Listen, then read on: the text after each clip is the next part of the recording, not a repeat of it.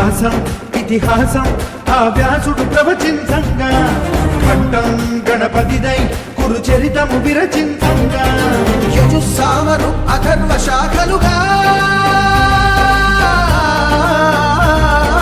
ఓంకారేశ్వరి శ్రీహరి నగరి ఇదిగో రాబదరి వైకుంఠేశ్వరి శివికి నగరి అదిగో మహిమగిరి